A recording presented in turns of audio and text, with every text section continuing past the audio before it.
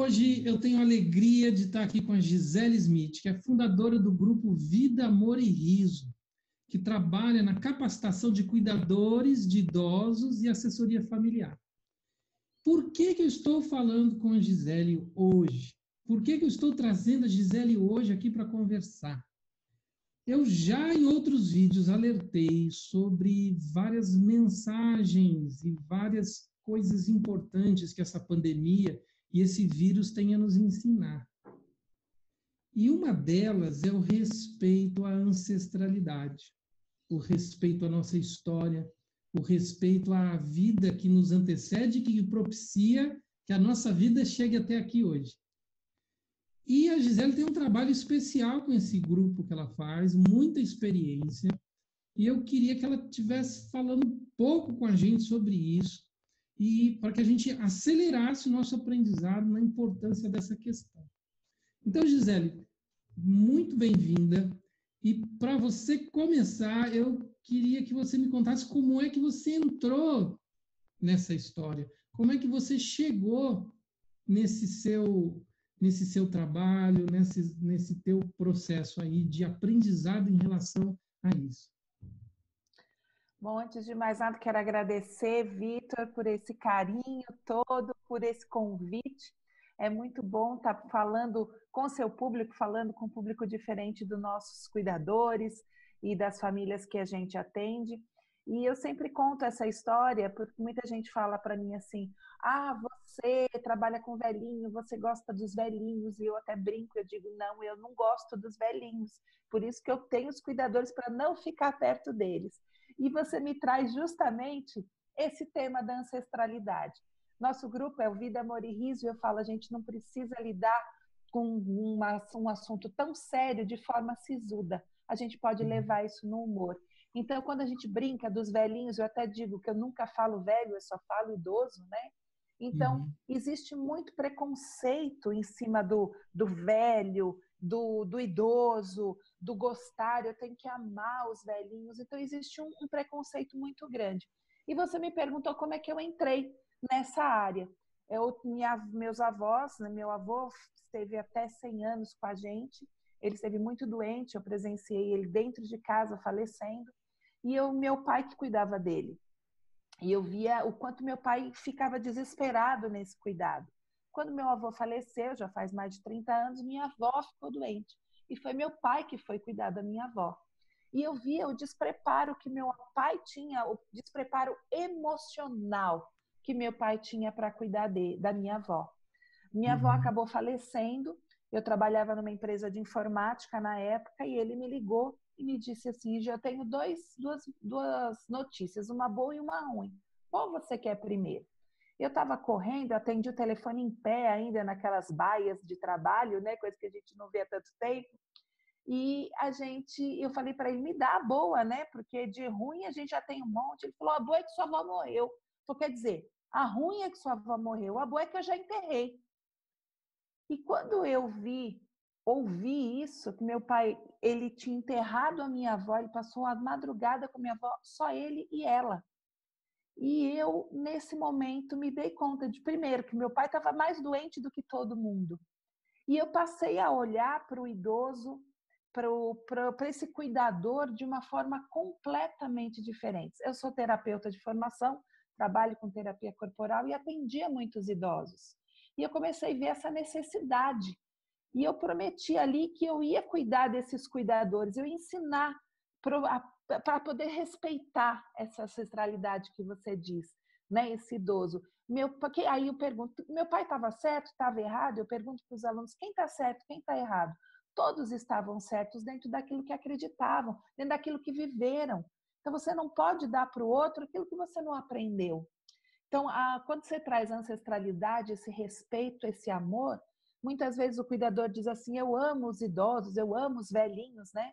E eu brinco, eu falo, a gente tem que amar o que faz.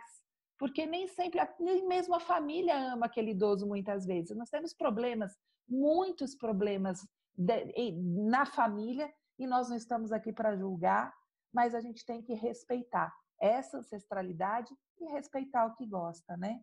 O que faz, gostar do que faz e respeitar com quem a gente está trabalhando.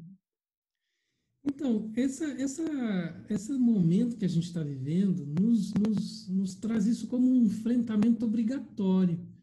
Porque a partir do momento em que uma das fragilidades, né, que a gente chama, o grupo de risco, são as pessoas mais velhas, por causa da desenvolvimento do sistema imunológico que elas têm, então que precisa ser melhor cuidado para que esse vírus não possa diretamente causar um prejuízo, esse vírus traz um alerta para essa questão, né? Como é que foi no primeiro momento, quando as coisas começaram, as notícias começaram a chegar, como é que foi a tua área de trabalho? Como é que ela foi afetada num primeiro momento? As pessoas estavam desinformadas, não sabiam o que era. Como é que foi informar? Como é que foi receber essas primeiras informações e ajustar os processos de trabalho? Nos conta um pouquinho sobre esse teu primeiro momento de enfrentamento. Então, é muito interessante porque a gente tem falado muito sobre esses protocolos, né? O protocolo de higiene, lavar a mão, né, ter essa higiene no dia a dia, isso é um protocolo natural do cuidador. Então, era algo que a gente já trabalhava. Porém, o que a gente colocou nesse momento foi consciência. Então, agora a gente lavar a mão é uma coisa mais consciente. Então, no primeiro momento, era aquela história, usa máscara, não usa máscara, porque o uso de máscara no dia a dia como cuidado, às vezes ele não é possível, é desconfortável, tanto para o paciente como para o cuidador. Então, por isso que a gente estava no meio desse grupo de risco, trabalhando, é um dos grupos que mais trabalharam, né? Continuaram trabalhando, nós temos cuidadoras trabalhando há 3 meses sem folga, sem sair da casa, com medo do transporte e tudo mais. Então, no primeiro momento, quais foram as grandes recomendações que nós fizemos? Então, o cuidador, ele chegava com uma roupa, ele, na hora de chegar, ele já tirava a roupa, tirava o sapato na porta de casa, se fosse possível, né, numa câmara que fosse, né, que fosse guardado ali um espacinho para ele tirar toda a roupa, direto para o banheiro, essa roupa nem passava em contato com a casa, já ia ser lavada, ou ia para uma sacola para ser lavada em casa, ele tomava banho, trocava de roupa e começava todo o trabalho, o trâmite normal. Essa higiene, nós fazemos uma pesquisa com os nossos alunos, que eles pesquisam os idosos, perguntando quais são as virtudes que o cuidador tem que ter, que ele gostaria nesse cuidador. E o campeão é a paciência, claro, né? Então, o primeiro lugar é a paciência, e o segundo lugar, em todos esses 10 anos de atividade, de capacitação, é sempre a higiene. Então, eu brinco, esse idoso pode não gostar de tomar banho, mas ele fica de olho para ver se o cuidador está limpo, está tendo a higiene. A família exige disso. Então, assim, esse protocolo de higiene não mudou para o cuidador. O que mudou foi a consciência, porque agora a gente lava a mão todas as vezes, porém com mais consciência, com mais cuidado nas roupas, claro, no cuidado no transporte. Houve uma mudança total de horários, então muitas pessoas começaram a ficar 24 horas e não se fazia 12 horas e vinha alguém à noite, começou a fazer o quê? Fazia o dia inteiro, no outro dia vinha ou fazia uma semana inteira e na outra semana vinha o outro cuidador.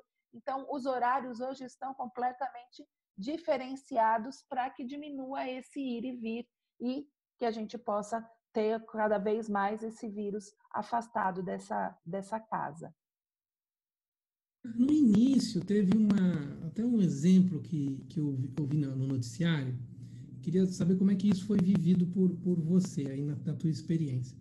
De que a doença ela veio da Europa, né, para nós, né, são as primeiras pessoas que vieram da Itália, vieram da Espanha e que trouxeram o vírus para o Brasil. Então é uma doença que veio de avião, né? Não veio da China, né? O vírus que chegou ao Brasil não é um vírus chinês, é um vírus que veio da Europa. Então ele vem pela classe alta da sociedade. E o primeiro contato é dessa classe alta para com os cuidadores, né? Que são, né, as pessoas que trabalham nas casas, a classe mais simples, que começa, né, a ser contaminada no trabalho, né, na casa de quem eles cuidam. Você tem casos que ilustram essa história. Um exemplo que eu vi no noticiário era do Rio de Janeiro, né? Idosos do Rio de Janeiro com cuidadores ali no Leblon e Ipanema que tinham esse processo estava acontecendo. Você chegou a ter ilustração dessa história? Sim, nós tivemos casos de idosos que estão com Covid e que tinha toda uma concentração, uma atenção para com os cuidadores, para que não tivesse esse contato, para que não houvesse o contágio. Então, mudou o horário de cuidador, fez toda essa manobra que nós falamos. No entanto, quem foi que trouxe o vírus foi o filho. Numa das visitas, o filho acabou sendo contaminado e foi o filho que trouxe o vírus para dentro da casa e, consequentemente, por sorte, os cuidadores não foram afetados, os empregados da casa não foram afetados, mas a família toda está, inclusive o idoso está internado. Então, a gente tem visto cada vez mais, a gente começou a ter uma incidência da família com medo que o cuidador fosse levar, quando, na verdade, às vezes era o descuido da própria família que levava o vírus. Como a gente falou, o protocolo de limpeza e de higiene já é uma verdade e uma iniciativa que já acontece com o cuidador. Porém, a família não tem esse costume e chega a lavar a mão e tira sapato e se troca. Então, ele é que trouxe para dentro da casa o Covid. Então, aí vira aquela dicotomia de falar assim, agora, a culpa é de quem? Né? Porque a gente sempre precisa arrumar um culpado na vida, né? Então, de quem é a culpa? Então, foi muito difícil a gente lidar com as novas famílias que estavam precisando contratar cuidadores, inclusive, que queriam um cuidador que estivesse no mesmo bairro, por exemplo. Né? Você falou de classe alta, então eu tive, no caso, uma família pedindo uma cuidadora e ela morava na Lapa. Então, assim, Lapa não é um lugar onde more cuidadores, né? Geralmente o cuidador ele está na adjacência, tá nas periferias. Então ele dizia: não, eu quero que o cuidador more perto, vá a pé. Então, às vezes, é uma incoerência que a própria família não consegue lidar com esse novo, não é nem o normal, né? Com essa novidade que chegou. Então, assim, cuidador, ele vai estar na periferia, ele vai pegar ônibus, ele vai, a não ser que pague Uber. Era o caso. Então, vamos pagar o Uber, né? Então, percebe que tudo acaba entrando num conflito para se pensar, que eu acho que é essa abertura de pensamento que você quer nessa live. Então, é começar a pensar, né? Como é que a gente está trabalhando esse protocolo nesse novo. Eu queria também te perguntar sobre isso, né?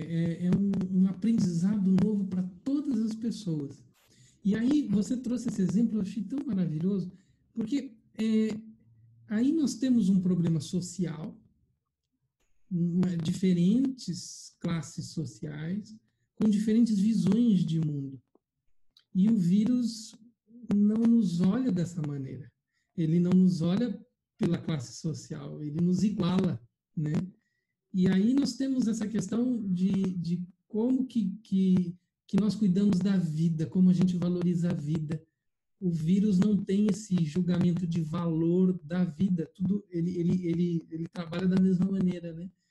E é curioso como nós temos muitos pensamentos baseado nessa estrutura de valores, né? Isso não pode, mas de acordo com a classe social. Então, dentro do carro você não precisa usar máscara, dentro do transporte público você precisa usar máscara.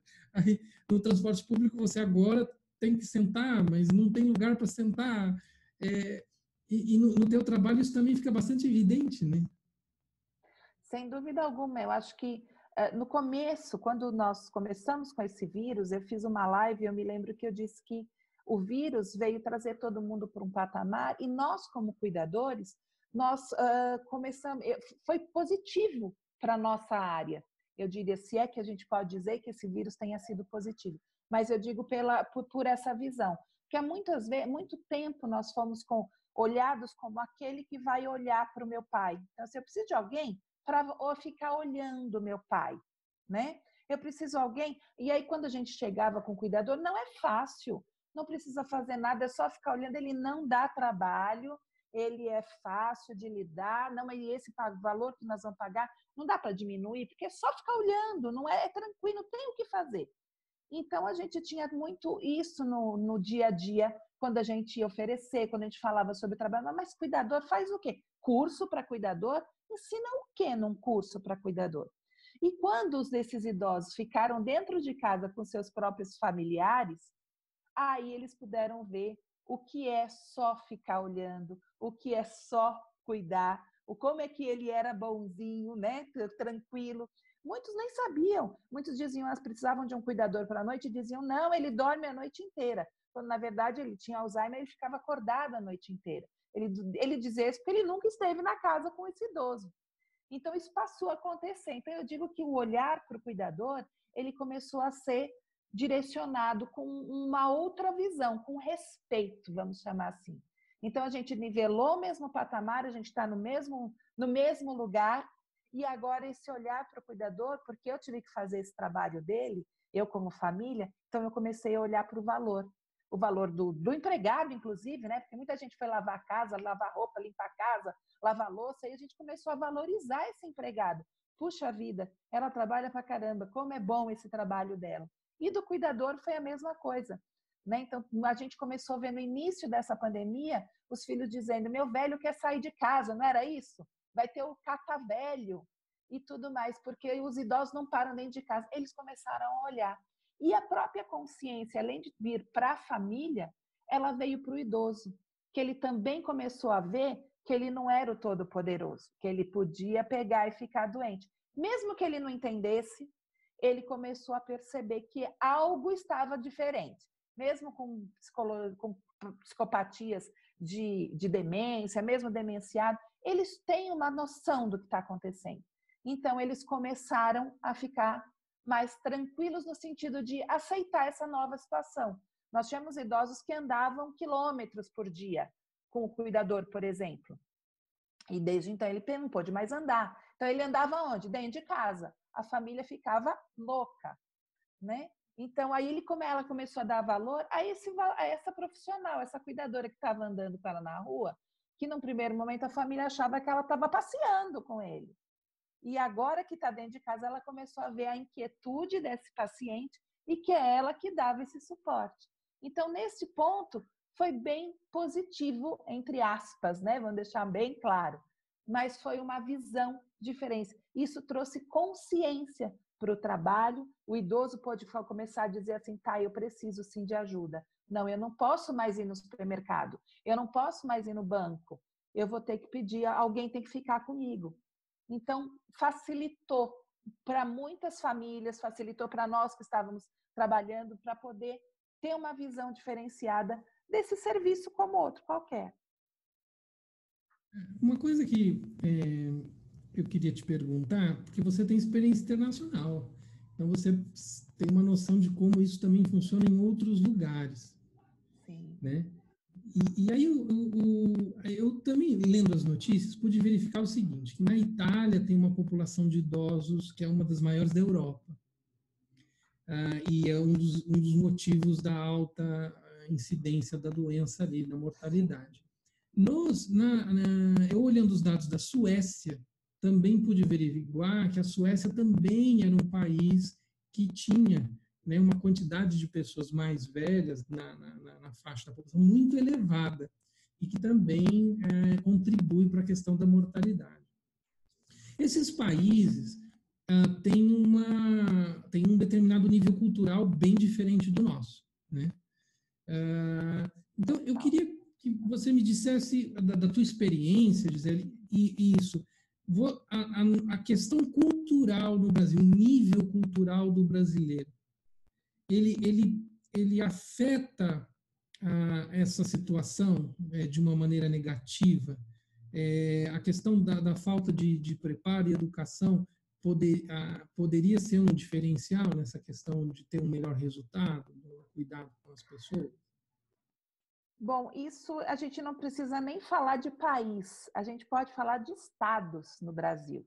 A diferença ela é gritante, não precisamos, a gente nem precisa ir na Suécia, nem precisa ir para a Europa, a gente pode ir para a Bahia, a gente pode ir para Brasília, que é onde a gente tem mais cuidadores. Hoje o nosso grupo faz aulas em todos os lugares no Brasil. Então, a gente tem um Nordeste completamente diferente de uma situação de São Paulo, que é diferente do meio, né, de Brasília, naquela região. Então, claro que a educação faz toda a diferença. Infelizmente, para o brasileiro, né, o que a gente mais vê é que o que pesa sempre é o financeiro, não tem nem o que dizer. Então, assim, nós temos uma grande diferença de famílias que dizem assim, eu preciso, aquela visão eu preciso de alguém para olhar meu pai, para que serve um cuidador mesmo, né? Então, ele não precisa ter capacitação, eu posso pegar qualquer um, eu posso sair na rua e falar assim, ei, você quer, eu te dou 500 contos, você fica aqui olhando meu pai? Então, é aquela coisa assim, porque às vezes ele tem possibilidades, e nós estamos falando nem de classes sociais, né? Então, assim, às vezes ele pode pagar, mas ele não dá valor. Então, ele não dá valor o quê? A educação. Ele acha que ele não vai aprender nada. Ele acha que não tem nada para se aprender, é só olhar. Então, a educação hoje, a maior educação, o maior trabalho que a gente faz na nossa empresa hoje é educar famílias. A gente tem hoje mais de 5.000 cuidadores formados, mas o que a gente educa é o público, é a família, porque a gente diz para eles pedem um cuidador para a gente e falam, não, está muito caro. Então, não, eu vou ver por aqui. Eu consegui amiga do meu pai, amiga da minha mãe, amiga da vizinha. Aí acontece alguma coisa, eles deixam esse idoso cair, eles não são profissionais, né? Não estão acostumados com... Porque o maior problema é o problema emocional, é comportamental. Cuidar do outro, principalmente doente, o trabalho é muito mais emocional do que protocolos, né? Do que técnico. Então, a gente trabalha muito esse emocional desse cuidador, dessa responsabilidade. Aí essa família voltava. E agora eu preciso de um cuidador. Então, ela viu que não servia. Então, assim, essa ida e vinda, quem que sofre? Esse idoso, que está passando por um cuidador atrás do outro, que sofre maus tratos. Então, quando você diz a educação faz diferença, faz total diferença. Porque lá fala, na Suécia, um cuidador ele é treinado, ele absolutamente, eles sabem a importância, ou eles têm as casas, né? E não é um asilo como nós temos aqui no Brasil, é uma casa de repouso. Então eles ficam nas casas com pessoas cuidando deles, o cuidador tem toda uma preparação. Em Portugal, apesar de que Portugal, Espanha e na Itália, que precisam bastante de cuidador, o cuidador ele não é tão treinado, eles trabalham mais com a parte de enfermagem, enfim, eles se juntam, os idosos acabam se juntando, por isso houve tanta mortalidade, porque havia nas casas, né? Um pegava, estava todo mundo contaminado, mesmo que assintomático. Então, aqui é diferente, porque a cultura é completamente diferente, mas passa sempre, não tem nem o que dizer pela educação. Então, quando a família já tem um cuidador treinado e um outro não, ele começa a dizer, agora eu consigo observar, eu consigo ver a diferença. Então, essa é um trabalho do sabiá, né, Vitor? É um grãozinho, é uma gotinha de cada vez para que a gente possa mostrar a diferença. Esse cuidador, ele é uma profissão nova, aliás, ele nem é profissão ainda, porque, infelizmente, o nosso presidente não aprovou a profissão. Então, nós estamos há 10 anos tentando regulamentar a profissão, ele ainda está junto com a empregada doméstica, né? Então, o presidente diz que não precisa de cuidador, que é a família que cuida dos seus velhos. Então, é uma coisa difícil, porque hoje, neste momento de pandemia, onde o grupo de risco estava totalmente focado, a gente viu quanto cuidador foi necessário e é importante. Você traz agora uma questão de decisão política muito interessante. Quando eu fiz a faculdade de psicologia, a gente foi estudar no hospital psiquiátrico, eu fui fazer um estágio no hospital psiquiátrico, e estava bem no momento da transição, onde não se estava aquele movimento antimanicomial, onde estava se passando. Não se podia mais ter os hospitais psiquiátricos e ia se devolver para a família o problema, inclusive porque os hospitais dia, que eram os hospitais onde a pessoa podia passar só o período comercial, Sim, a creche, né? né? Uma creche, não tinha vagas, não havia hospital dia para todos. E quem não conhece a questão dos problemas psiquiátricos não tem ideia do que é tratar uma pessoa com problema psiquiátrico. Assim, a necessidade de cuidado é extrema, é como um bebê, você tem que estar olhando a todo segundo, né? Então, o que eu pude ver é que houve até uma certa moda dessa coisa da questão antimanicomial, até o filme O Bicho de Sete Cabeças, falando do absurdo que era a exploração né, dos doentes. Porém, quando eu vejo, então o Estado vai resolver, o problema não é mais nosso, o problema é da família. Não se resolveu a questão, você apagou a questão. Você tirou da sua responsabilidade e agora você não faz mais estatística, você não mede, você não avalia mais, você não sabe mais qual que é o problema, porque agora o problema é das famílias. E quando você me diz... Empurra.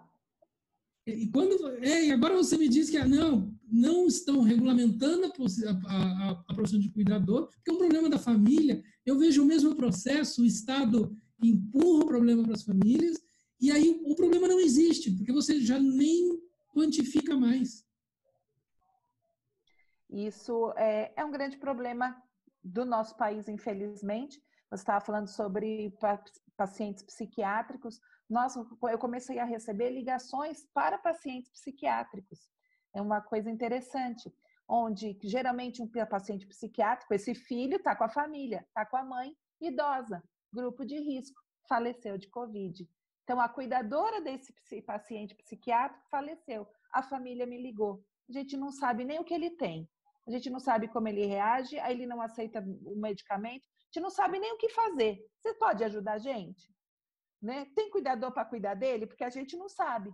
Então, observa, porque geralmente é a mãe que cuida, então a mãe é mais velha. Então, esses casos começaram a acontecer com a gente.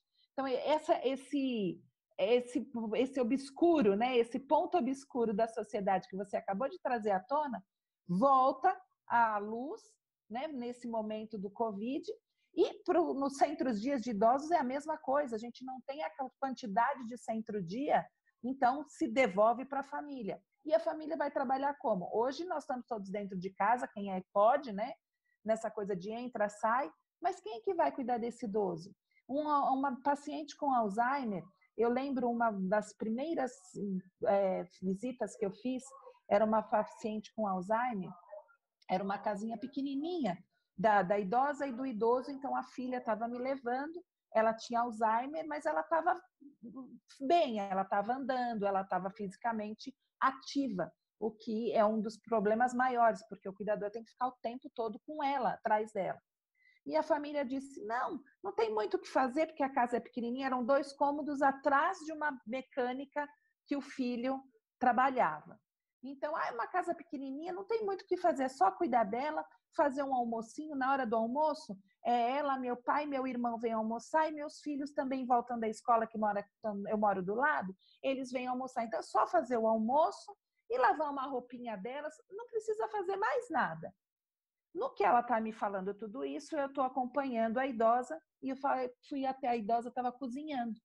E aí eu olhei, o que você está fazendo? Ela falou, estou fazendo carne moída. Falei, e o que você pôs? Esse temperinho aqui, delícia! E aí eu falei, e o que era? Nisso a filha já entrou em pânico. Ela tinha colocado Nescau todinho na carne moída. Então, claro, tinha acabado com o almoço daquele dia. E aí a filha ficou desesperada, desliga, tira o fogo da mãe, vai para lá. E aí a gente deu mais uma voltinha pela casa, saiu por fora, veio pelo tanque, ela olhou assim, fez, que delícia! Aí ela baixou, pegou um vasilhame lilás, falou suco de uva. Quando a gente olhou, era o desinfetante lilás. Então, Tudo isso, às vezes a família não tem noção do quanto a gente, num paciente com Alzheimer, tem que ficar com ele 24 horas por dia. Eu disse para aquela família, não, o cuidador não pode cozinhar, o cuidador não pode lavar. Porque isso é uma das grandes brigas na nossa área. Pode lavar? Pode fazer. Num paciente como esse que está ativo, eu não imagina se eu estiver cozinhando e ela for lá tomar o suco de uva. Depois, quem é a responsável? Então, isso que você traz é uma coisa muito séria, porque está dentro de casa, um paciente com Alzheimer, a família se envergonha ainda, então ela não diz para a família, sempre diz, não, é inicial, é pouco, ela não tem. Muitas vezes, quem nega o estágio do paciente é a própria família, por isso que eu sempre digo que geralmente quem está doente é a família, não é o paciente de Alzheimer, né?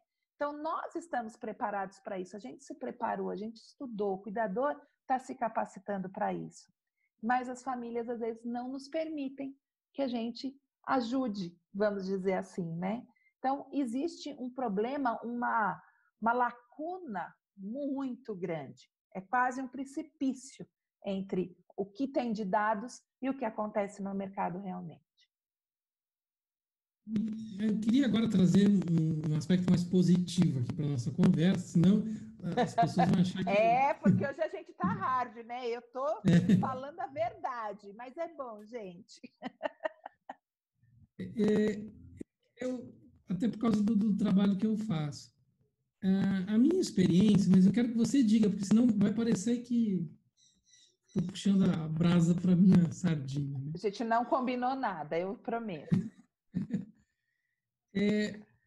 O que eu observo é que tanto para paciente, mas também para cuidador, a presença da prática espiritual, da fé, da espiritualidade, faz muita diferença na forma como a coisa é conduzida. A capacidade de entender a situação, de lidar com os desafios cotidianos, se existe uma compreensão espiritual, aquilo tem uma inteligência que ajuda aquele processo a ser conduzido. Mas eu queria que você me desse a sua experiência sobre isso.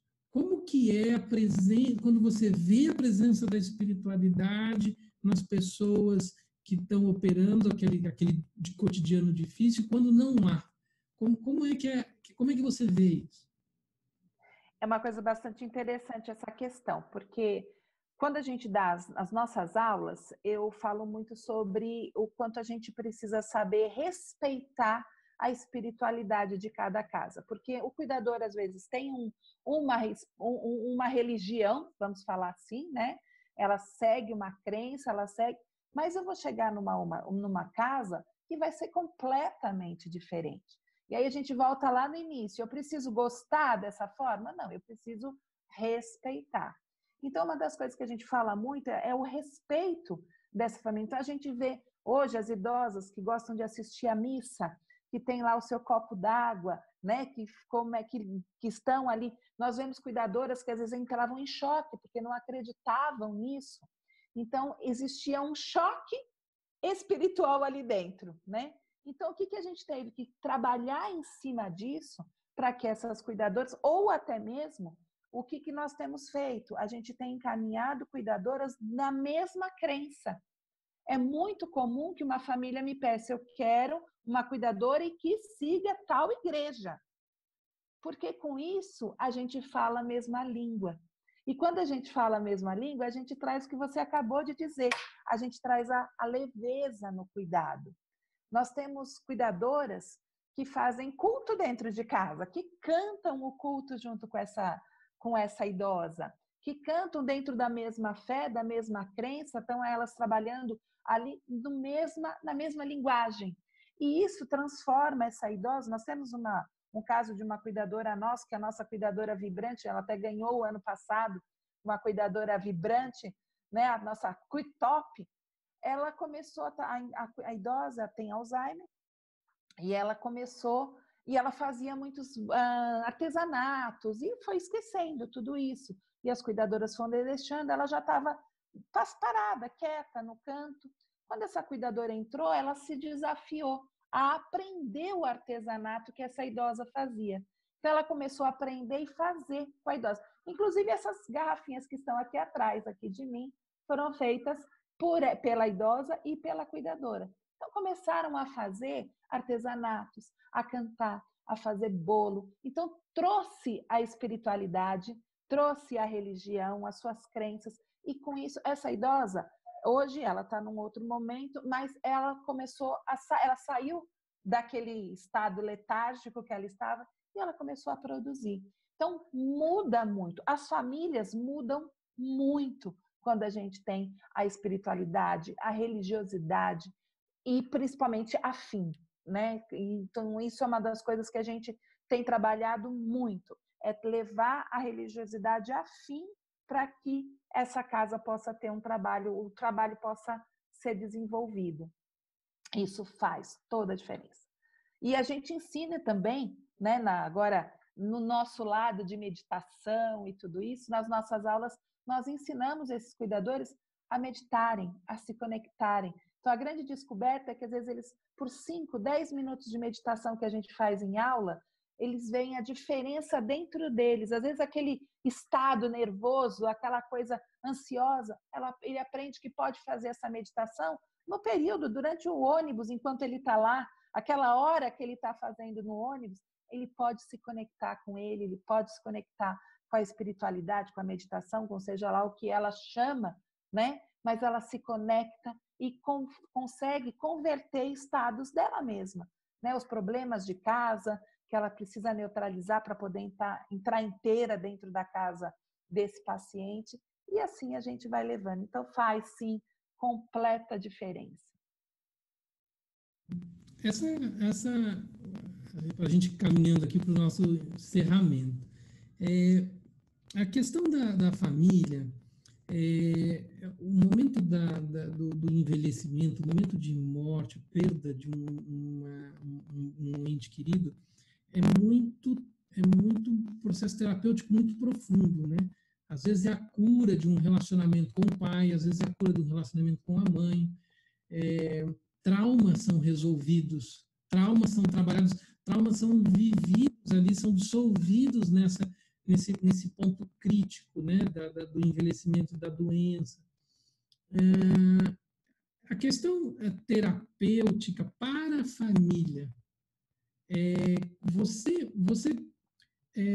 vê essa questão das pessoas perceberem a necessidade, saberem lidar com esse aprendizado terapêutico, ou é algo assim que mediante a situação de cotidiano, não dá para fazer nada e nós temos que engolir as famílias com seus traumas e fazer o que dá? Como que é essa questão quase de Édipo, né? Quase de resolução entre esse trauma de construção familiar? Como que é isso no teu dia a dia? É interessante porque, no caso, nós temos um elemento introduzido na família que é o cuidador, né? E ele é o grande elo nesse momento. A gente costuma dizer, e muitas vezes esse cuidador, ele acaba sendo, esse processo psicológico, ele é feito através do cuidador, né? Então, o cuidador que foi contratado para olhar, lembra lá? Ele vira o psicólogo, ele vira todo. Então, ele é o elemento elo. Então, ele faz muitas vezes esse processo de aproximação, de cura desses traumas, porque é o que a gente fala muito para o cuidador. A gente não está lá para julgar essa relação dessa família, o que aconteceu entre esse pai e essa mãe, porque às vezes é comum, né? O cuidador fala assim, poxa, mas esse filho nem vem aqui ver. Não, mas, né? E julgar. Então, a gente não sabe qual é a história. Então, quando ele passa a ver isso sem o olhar do julgamento, ele começa a ser um elo. E aí nós temos muitas cuidadoras que fizeram um elo, que através da tecnologia que tem na mão, no celular, um idoso que queria falar com o irmão que estava lá na Itália, e ele não tinha condições, e ele sabia que não ia mais ver, nunca mais. Então, essa cuidadora foi atrás, buscou, um dia ligou e o idoso viu seu irmão lá na Itália pelo celular da cuidadora. Então, ele é o elo. Então, esse cuidador acaba sendo um elo de união, de junção, E a gente trabalha muito com a finitude. Os nossos cuidadores têm aula de finitude para que possa aprender, porque eu digo que cuidador anda de mão dada com a morte, né? E a gente tem que tomar cuidado com esse medo. A gente muitas vezes tem muito medo dessa morte. E nesse momento a gente teve que olhar para ela assim, quase que de frente, né? Então o cuidador anda de mão dada com a morte. E a gente não perde idoso só para a morte também. Às vezes a gente perde idoso, por exemplo, por um Covid, que esse idoso teve que ficar na casa da filha e não precisou do cuidador e me dispensou. Então, toda essa perda, essa finitude, a gente trabalha. E aí, esse cuidador acaba sendo um elo dentro da família. Na hora que a morte começa a se aproximar, na hora que ele vai ter que a morte aconteceu e que ele tem que ajudar essa família a olhar para aquele quarto. Quem sabe onde estão as coisas? É o cuidador, né? Quem sabia onde estavam as coisas, onde estão guardadas? Então, às vezes, o próprio cuidador, por não ter esse medo da morte, ele começa a ser um elo e trabalhar isso. O que vai se deixar, o que quer, que roupa você quer vestir, o que você quer fazer, como você gostaria, o que gostaria de dizer para tal filho. E ele, às vezes, ele é o portador dessas palavras, desse presente. Olha, aqui ele deixou isso aqui para você, isso aqui ele queria que ficasse para você. Então, são coisas que a gente não vê o cuidador com esse olhar, mas muitas vezes é esse o papel dele. É um elo bem importante nesse ritual de finitude. Ah, que ótimo isso, gente. Que esclarecedor. Eu queria que, agora, para a gente encerrar, primeiro te agradecer e que você deixasse uma última mensagem que você acha fundamental para que as pessoas não podem esquecer, que precisa ser lembrado, talvez algo que eu não tenha perguntado, que é um aprendizado que as pessoas devem abrir os olhos, que elas devem estar alerta. Eu vou dizer uma frase que eu aprendi, que a gente trouxe numa live há pouco tempo, com a coordenadora da casa Ronald McDonald's, a Rose, que ela disse: o carinho sempre cabe. Então, eu acho que esse é uma das frases que cabe para o cuidador, cabe para a família, cabe para o idoso, né? E só por hoje e só por um. Vale só por hoje e vale só por um. Então, para fazer para aquele idoso, só para hoje, mesmo que eu tenha que repetir isso todo dia, vale a pena todo dia, só por hoje, vale só por ele. E o carinho sempre cabe. A hora que a gente olhar dessa forma, porque nós vemos muitos cuidadores familiares entrando em atritos tão desnecessários com esse idoso, com o medo dessa doença, porque são medos internos. Então, acho que vale a pena lembrar que o carinho sempre cabe. Se eu lidar com carinho, pode ser que seja bem diferente. Vale a pena dizer, porque tem muitas vezes que a gente está cansado, e como cuidador familiar, mas eu já não falei que você tem que tomar água, eu tenho que falar todo dia que você tem que tomar água? Tem, né? E o carinho sempre cabe. Então, com carinho, já que ele não está tomando água sozinho, vamos tomar juntos. Água é sempre bom, né? Então, vamos lá, chegou a hora, vamos brindar com essa água, vamos tomar junto. Em vez de entrar naquela frase agressiva, vamos entrar com carinho, porque ele sempre cabe. Então, essa é a frase que eu acho que fica.